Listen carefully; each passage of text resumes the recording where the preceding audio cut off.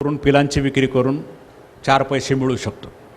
साधारणतः एक पिलू तयार करायला 10 ते 12 रुपयापर्यंत खर्च येतो. पूर्ण सगळं अंड्याची किंमत, लाईटचा खर्च, सगळं धरून एक पिलू तयार करायला 10 ते 12 रुपयाचा खर्च येतो. बघा पिलं आपण केवढ्याला विकतो? 20-25 रुपयापर्यंत पिलं विकतो आपण. गिरीराजचे वगैरे 20 रुपयाला, 18 रुपयाला आपण पिलं विकतो.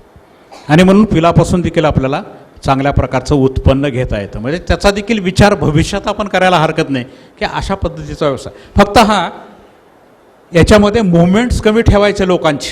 कोणी आलंय मशीनमध्ये जातंय बघतंय असं नाही. बायोसिक्युरिटी स्ट्रिक्ट, कोणालाही मध्ये सोडायचं नाही बिलकुल, किती जवळचा असो.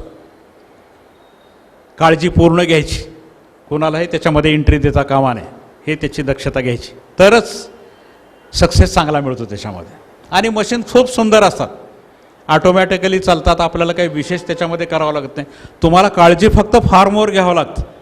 पक्षी जोमदार, अंडी चांगली, तर पुढचं पिलं चांगली निघतील. आणि म्हणून पैदाशीच्या पक्षाचं जे खाद्य देता तुम्ही, त्या खाद्यामध्ये आणखीन काही पूरक औषधं टाकावं लागतं. विशेषतः व्हिटॅमिन ई आणि सेलेनियम मिनरल्स प्रजोत्पादना रिप्रोडक्शनसाठी चांगलं असतात. तर ते ॲडिशनल आपल्याला पैदाशीच्या पक्षाच्या खाद्यामध्ये टाकावं लागतं. नॉर्मल पक्षाच्या खाद्यामध्ये त्याची गरज नाही. पण पिलं काढायचं तुम्हाला, तर हॅचिबिलिटीचं प्रमाण चांगलं, म्हणजे पिलं निघण्याचं प्रमाण, पिलं निपजाचं प्रमाण हे चांगलं असतं. तर हॅचरीचा देखील आपण व्यवसाय किंवा विचार करायला हरकत नाही. हे कारण आता त्याचं ऑपरेशन, त्या मशीनची माहिती सगळं आहे माझ्याकडे. पण ते काही आता सांगत बसत नाही, कारण त्या प्रत्येक स्टेप्स आहेत. वेळेचं बंधन आहे. कमी वेळेत सगळ्याच गोष्टी फारच विस्ताराने अपेक्षित नाही आहे. पण ह्याच्यावरून एक आयडिया आली असेल तुम्हाला की बाबा हॅचरी काय आहे आणि ह्याच्यापासून आपण कसा व्यवसाय करू शकतो. याच्यात कुणाला काही विचारायचं असेल लगेच विचारा, म्हणजे लगेच सांगून टाकतो. वेगवेगळं 1000 ह्याचं काहीतरी 52,000पर्यंत आहे. पण घेताना असं घ्यायचं, 1000चं जर घेतलं तुम्ही तर सेटर आणि हॅचर त्याच्यातच आहे. 52,000 काहीतरी किंमत आहे. पण तुम्हाला हॅचरी जर करायचं असेल तर हॅचरीसाठी तुम्हाला बॅकअप पाहिजे. लाईट गेलाय चालत नाही, त्याला बॅटरी, इन्व्हर्टर किंवा जनरेटर असलंच पाहिजे. अर्ध्या तासाच्या आत जर लाईट नाही आला तर मग मरतात पिलंमध्ये गुदमरून, ऑक्सिजन वगैरे मिळत नाही. आणि म्हणून त्याला बॅकअप असणं फार गरजेचं आहे. तर साधारणतः ह्या हैदराबादला ज्या मशीन्स मिळतात, 15,000चं जर सेटर घेतलं आणि 5,000चं जर हॅचर घेतलं, 15,000चं जर सेटर घेतलं आणि 5,000चं जर हॅचर घेतलं, तर तुम्हाला दर आठवड्याला 5,000 अंडी बसवायला येतात दर आठवड्याला. तर ह्याची किंमत साधारणतः 5 ते 6 लाखाच्या दरम्यान आहे. जास्त नाही किंमत त्या मानाने. बघा 5 ते 6 लाखाच्या दरम्यान किंमत आहे त्याची. दर आठवड्याला 5,000 अंडी बसवू शकता तुम्ही त्या मशीनमध्ये. आणि दर आठवड्याला 5,000 अंडी ट्रान्सफर करू शकता. दर आठवड्याला 5,000 पिलं काढू शकता. 5,000ची पिलं किती निघतील? 90% जर म्हणलं तर 9×5=45, 4,000 ते 4,500च्या दरम्यान पिलं निघतील दर आठवड्याला. असं जर मशीन असेल तर. जनरेटर पाहिजे तुम्हाला त्यासाठी, जनरेटर असलंच पाहिजे. आणि हॅचर जे मशीन आहे ज्याच्यामध्ये अंडे 3 दिवस राहतात, त्या मशीनला विश्रांती मिळते. पिलं वगैरे काढले, टर्फलं टाकून दिले, स्वच्छता केली, साफसफाई केली, धुणं फिवणं, ती मशीन 2-3 दिवस बंद ठेवता येत. सेटर मात्र सतत चालू असतं. आणि सेटर मशीनमध्ये ज्या अंड्याला 18 दिवस पूर्ण झालेत तेच अंडी काढून त्याची दिवा तपासणी केली जाते ताबडतोब सेकंदामध्ये. तो ट्रे काढायचा, असा टेबल असतो त्याच्यावर ठेवायचा, खाली लाईट लावलेला असतो, पडदे लावलेले असतात काळे. ज्या अंड्यामध्ये जीव वाढतोय त्याच्यावर काळी सावली येते अशी. ज्या अंड्यामध्ये जीव वाढलेला नाही त्याच्यातून प्रकाशाचे किरण बाहेर येतात. काही सेकंदात कळतं तुम्हाला, कुणालाही अडाणे माणसालाही कळतं या अंड्यात जीव नाही बाबा. ते अंडी काढून टाकायचे आणि ती पुढच्या मशीनमध्ये टोपलीसारखे ट्रे असतात. इथं असलं तर मी दाखवतो तुम्हाला. आता त्याच्यामध्ये ते अंडी सुट्टी टाकायची. 3 दिवसांनी पिलं निघतात त्याच्यापासून. म्हणजे 18 आणि 3 21 दिवसाला पिलं निघतात.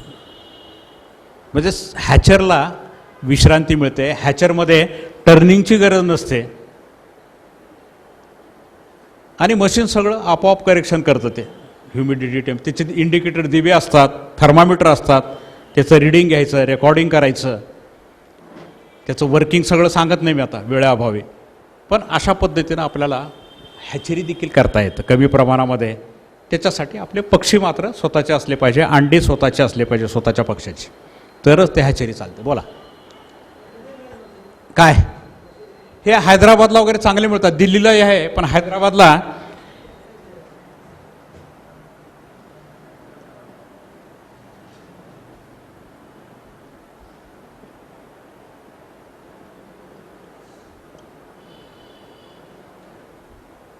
AP पोल्ट्री इन्क्युबेटर्स म्हणून आहेत. हैदराबादला आणखीन बऱ्याचशा कंपन्या आहेत.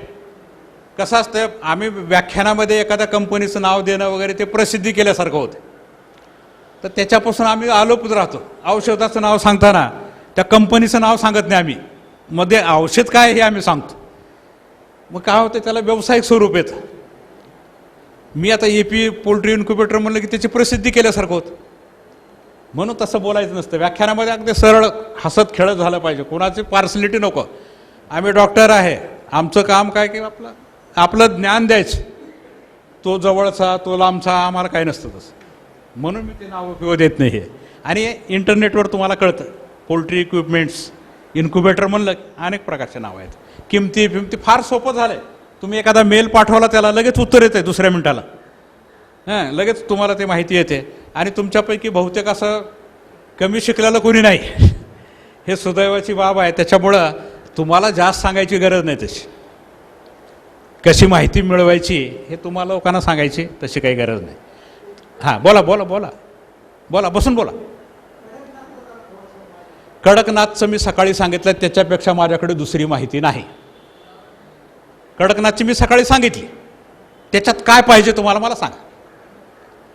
त्याच्या व्यतिरिक्त माझ्याकडे मार्केट कशालाच नाही. मार्केटचं मी काहीच सांगू शकत नाही. जे आहे ते सांगतोय. तुम्हाला धंदा करायचा, तुम्हाला मार्केट क्रिएट करावं लागेल, तुम्हाला अभ्यास करावा लागेल, त्याचा मार्ग बघावा लागतील, कुठं विकतात काय विकतंय. आयतं कोणी सांगणार नाही. कित्येक लोकांनी मला विचारलं अंडे निर्माण होते, काय करू अंड्याचं. अंडे आमलेट करून खा, उकडून खा. कसं आहे, त्या धंद्यात पडताना तुम्हाला ह्या गोष्टी, त्याचं ज्ञान देणं माझं काम आहे. इथं नेऊन विक बाबा, तुला 4 पैसे मिळतील, हे माझं काम नाही. ते काय आहे माझं काम सांगा तुम्ही. हे नाही काम माझं. तुम्हाला त्याच्यात पडायचं म्हणलं की थोडा अभ्यास करावा लागतो, नाही असं नाही. कष्ट आहे ते करावं लागतं. आयतं सांगितल्यावर जाताल तुम्ही तिथं. असं नाही आहे ते. मार्केटचं असं नसतं, त्याचा अभ्यास तुम्हाला करावा लागतं. कडकनाथबद्दल आणखीन काही पाहिजे असलं मला सांगा, मी सांगतो तुम्हाला. गावरांचं हां लसीचं सांगतो. खाद्य सांगितलेलं आहे, जागा सांगितलेला आहे. खाद्य हेच वापरायचं बिलकुल. ब्रॉयलरचं वापरलं तर वजन लवकर येईल, पण 30 रुपये किलो आहे, लक्षात ठेव. हां आणि जर हे अंड्याच्या पक्षाचं वापरलं तर खाद्य कमी आहे. आणि काही लोकांचा अनुभव मला जे लोकांनी सांगितलं, साहेब गिरिराज पक्षाला आम्ही अंड्याचं खाद्य दिल्यावर वजन चांगलं येतं साहेब म्हणून सांगितलं. तुमच्याच लोकांनी सांगितलं. मग कशाला विनाकारण मग अभ्यास करा त्याचा, की अंड्याच्या पक्षाचं खाद्य दिल्यावर कसं वजन येतं आणि एखाद्या बॅचला ब्रॉयलरचं खाद्य दिल्यावर कसं वजन येतं, किती दिवसात येतं, अभ्यास करा. आता मला एका विद्यार्थ्याने सांगितलं की लेअर पक्षाचं, तुमच्या अंड्याच्या पक्षाचं खाद्य दिलं की साहेब गिरिराज पक्षाचं वजन आम्हाला आमच्या समाधानाप्रमाणे आलं. तुझी बचत झाली ना रे भाऊ खाद्यावर. हे ठरवा तुम्ही. मी म्हणतो म्हणून नाही, असं अनुभव महत्त्वाचा आहे. मी पहिलंच सांगितलेलं आहे, अनुभव फार महत्त्वाचा आहे. हां बोला. थोडंसं दिलं चालतं, वजन यायला उशीर लागेल. खाद्य जर चांगलं दिलं तर त्याच्यात कसं असतंय, जीवनसत्व क्षार चांगल्या प्रमाणात असतात.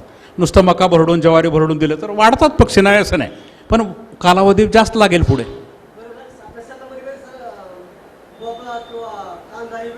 हां हां तर त्याच्यामध्ये जे टाकता तुम्ही खायला, ते त्याच्यावर थोडासा अभ्यास करून जितकं पचल असं टाका. मी तुम्हाला आधीच सांगितलं पचनसंस्था कशी असते त्याची. काल मला एकाला बाबाळला विचारलं, लसूण घासच टाकतो आम्ही त्याला. मला अरे मी मला असं कसं भागेल, नाही आम्ही टाकलं तर काय होईल, मला टाकायचं नाही तसं. मला डरंगळतील, मला ते जुलाब लागतील म्हणलं तर. कारण त्याच्यात प्रमाण आहे. आजोला म्हणून एक वनस्पती तुम्हाला शिकवलं असेल कोणी किंवा शिकाल पुढे मागे, तर ती साधारणतः 20 ते 30 ग्रॅमपर्यंत आपण आजोला देऊ शकतो पक्षाला. काढून द्यायचं, पेपरवर सुकवायचं चांगलं आणि खाद्याच्या भांड्यातून द्यायचं. त्याच्यामध्ये 25-30% प्रथिनं असतं. खाद्याचा खर्च कमी होईल ना तुमचा त्याच्यामध्ये. तुम्ही म्हणल्यासारखं काही प्रमाणामध्ये द्या, नाही असं नाही. कांद्याची पात द्या, लसूण घास द्या थोडासा, पण थोड्या प्रमाणात. ते पचवू शकत नाही, जास्त नाही द्यायचं त्याच्यावर. 25-30 ग्रॅमपर्यंत दिलं तरी चालतं. एक पुण्याच्या जवळपास एक लेडीज होती, कॉन्ट्रॅक्ट ब्रॉयलर फार्मिंग करत होती. ते बीट खिसून द्यायची. बीट मलाही माहिती नव्हतं ते. त्या बहिणी सांगितलं मला, 7वी पास शिक्षण तिचं. तर तिनं सांगितलं, साहेब बीट काही काही काळात आम्हाला फार स्वस्तात मिळतं ते, आणि आम्ही ते खिसून द्यायचा प्रयत्न केला म्हणे दुपारच्या वेळेला. ते पक्षी खायचे नाही म्हणले अगोदर, पण 2-3 दिवस थोडं खाल्ल्यानंतर ते पुन्हा खाऊ लागले म्हणजे थोडं फार प्रमाणामध्ये 30-35 ग्रॅम वगैरे. आणि पक्षाचं वजन चांगले. त्याच्यामुळं काय झालं, FCR कमी आला. FCR कमी आल्यामुळं त्यांना इन्सेंटिव्ह मिळालं, पुन्हा पैसे जास्त मिळाले त्या बॅचवर. त्या बाईनं सांगितलं, मलाही माहिती नव्हतं ते बीटचं. जे माहिती नाही ते सांगावं, नाही म्हणून मी काही तज्ज्ञ नाही त्याच्यातलं. आणि म्हणून नको ते असे काही प्रयोग नाही करायचे, अंगलट येईल असं. हां, म्हणजे हिशोबाने करायचं. आता जसं तुम्ही म्हटलं की बाबा त्याला कुठलं खाद्य द्यायचं, अभ्यास करा त्याचा. आणि हे तुमचीच रिडिंग आहे. ते लेअर पक्षाचं खाद्य दिलं की वजन चांगले आले, तर मला 2-3 सांगितलं, मग कशाला ब्रॉयलरचं खाद्य देत. आणि कुठल्याही गोष्टीची एक वेळ असते, एक काळ असतो, तेवढा तो पिरियड जावंच लागतं प्रत्येक गोष्टीला. आताचं जनरेशन कसं आहे, क्विक आहे सगळं, लगेच. असं नसतं, सगळ्याच गोष्टी तसं नसतं. त्याला ते तेवढा पिरियड द्यावंच लागतं. हां बोला. साधारणतः ब्रॉयलरचं असेल तर 1 आठवडा 1.5 आठवडापर्यंत, RIRचं वगैरे असेल तर 2 आठवड्यापर्यंत द्यावं लागतं. नाही, मी सांगितलं कॉमन सेन्स वापरायचं. आकृती काढून दाखवलं तुम्हाला, उदाहरण दिलं ऑक्टोबरमधलं. आणखीन काय पाहिजे. पिलं जर लांब फिरलेले, सांगितलंय 95 द्या, आम्हाला बंद करा ना, लाईट बंद करा. सांगितलंय बाबा 95 डिग्री ठेवा, असं नाही. आपलं कॉमन सेन्स वापरा त्याच्यामध्ये, त्याच्याप्रमाणे काय. आणि ते जमून जातं, काही चिंता करायचं कारण नाही. लाईट बंद केलं म्हणजे काय मरतेत असं होत नाही. तुम्हाला कळतं तिथं त्यांना गरज आहे का लाईटची, नाही. तुम्ही घरात गेलं की तुम्हाला कळतं त्या पिलाला लाईटची गरज आहे का नाही. तर ह्या हॅचरीच्या बाबतीमध्ये हे थोडंसं महत्त्वाचं आहे, कारण भविष्यात तुम्हाला गावरान पक्षाची हॅचरी वगैरे टाकायचा विचार येईल. तर त्या दृष्टीनं हां बोला बोला बोला, बसून बोला.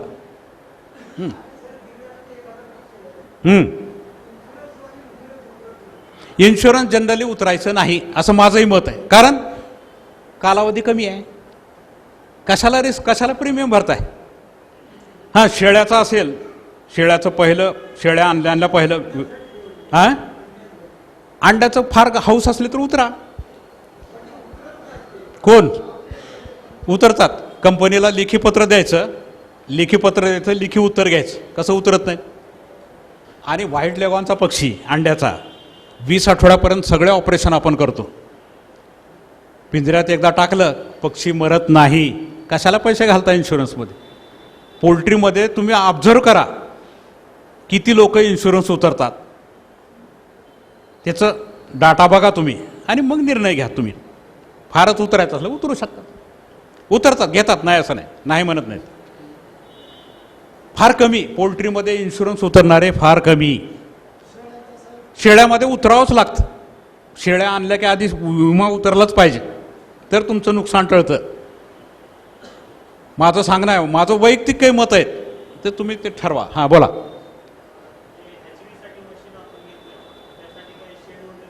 हो, शेड लागतंच. शेड साधा आता आपण बसलोय ना, असं घरी असलं तरी चालतं त्याला.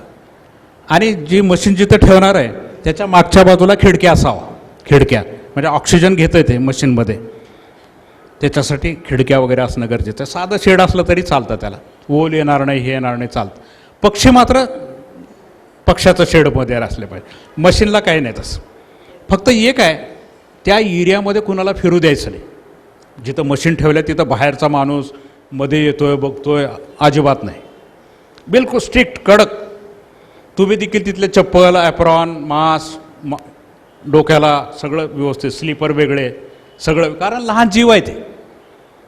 कुठलंही इन्फेक्शन कसं येईल हे काही सांगता येत नाही. आणि म्हणून तिथं बायोसिक्युरिटी मेजर्स पाळायच्या. जैवसुरक्षा हे हॅचरीमध्ये महत्त्वाचं आहे.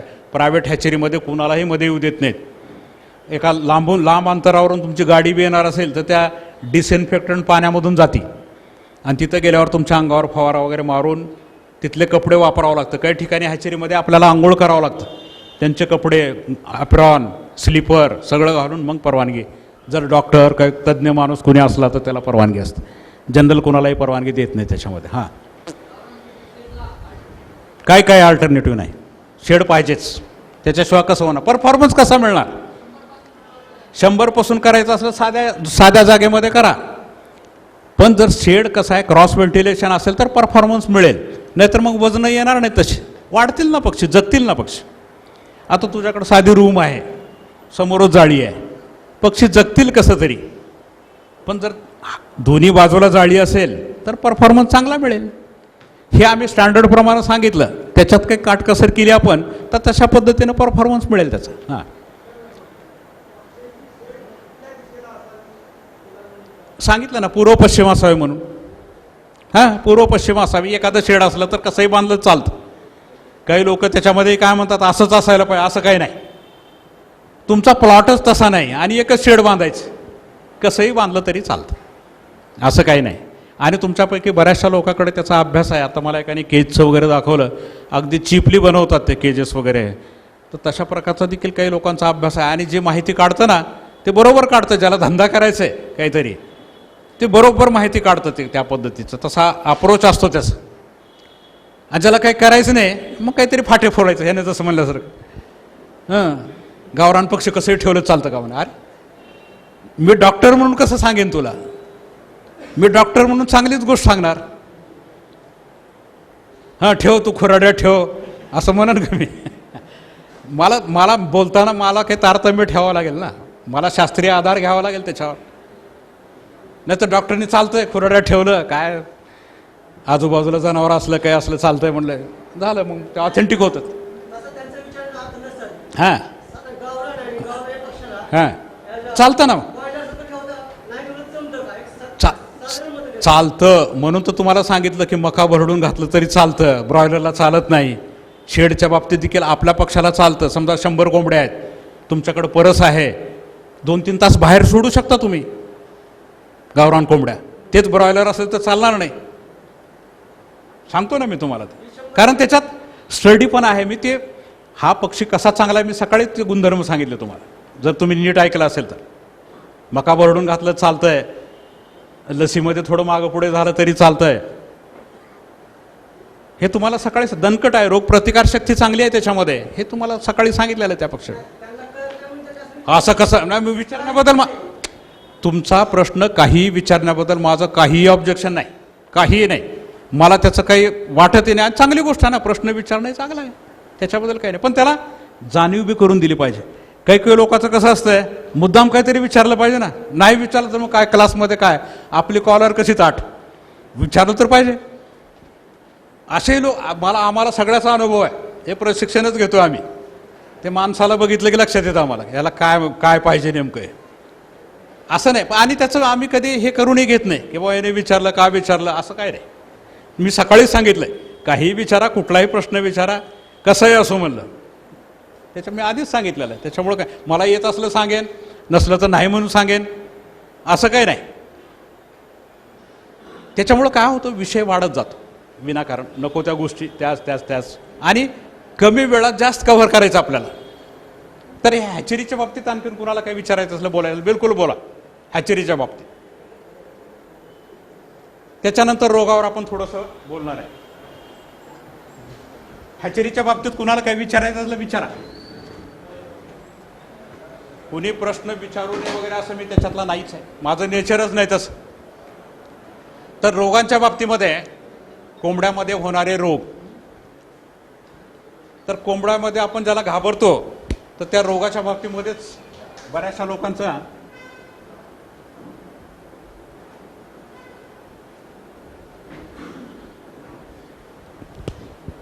लोकांचा प्रश्न नाजूक असतात.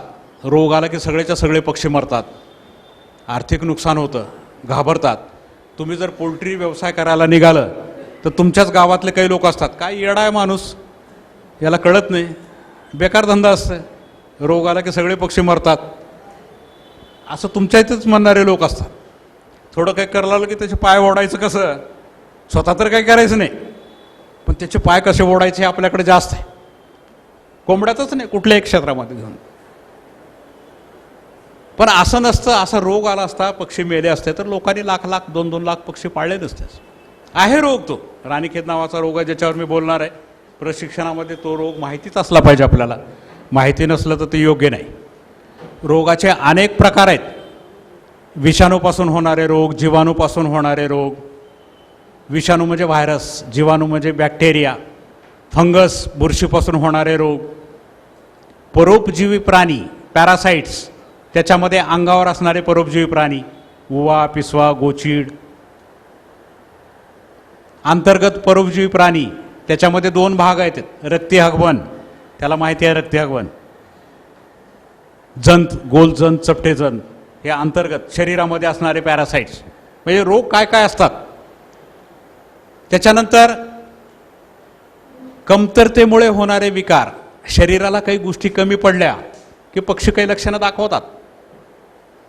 उदाहरणार्थ कॅल्शियम कमी पडलं, फॉस्फरस कमी पडलं, विटॅमिन D3 कमी पडलं तर कवच नसलेलं अंड येतं. पायका, पक्षी नको असलेल्या गोष्टी खाणं, सुतळीचे तुकडे खा, पिसं खा, कापड खा, हे खाद्य आहे का पक्षाचं? आपण जनावरात बघतो खेड्यामध्ये दगड खातात, हाडं खातात, चप्पल खातात, सायकलचं ट्यूब खातात, टायर खातात. खायची वस्तू आहे काय? म्हणजे शरीराला काही कमी पडलं की असं जनावर काही खातं. तसं कोंबड्यामध्ये देखील काही कमी पडलं तर असे काही लक्षणं दिसतात. उदाहरणार्थ कॅल्शियम कमी पडलं की अंड्याचं कवचच होत नाही, किंवा पाय वाकडे होतात, मुडदूस, किंवा विटॅमिन ए कमी पडलं तर रातांधळेपणा, रात्रीचं दिसत नाही. असे विकार, कमतरतेमुळे होणारे विकार. अंड हे टणक असलं पाहिजे. अंड्याचं कवच जर पातळ असेल ना, असं हातात धरलं पचकन फुटलं, टणकपणा नाही आहे त्याच्यात. मॅग्नीज नावाचं क्षार लागतं खाद्यामध्ये. ते मॅग्नीज थोड्याच प्रमाणात लागतं. ते जर क्षार कमी पडलं तर असं अंड, ठिसूळ अंड येतं आणि तुटफूट वाढते. अंड फुटलं म्हणजे डायरेक्ट लॉस आहे. अंड फुटणं म्हणजे डायरेक्ट लॉस आहे आपलं. ते टणकच असलं पाहिजे. म्हणजे काही कमी पडलं शरीराला की पक्षी काही लक्षणं दाखवतात, हे विकार. त्याच्यानंतर विषबाधा. अचानक काही कीटकनाशक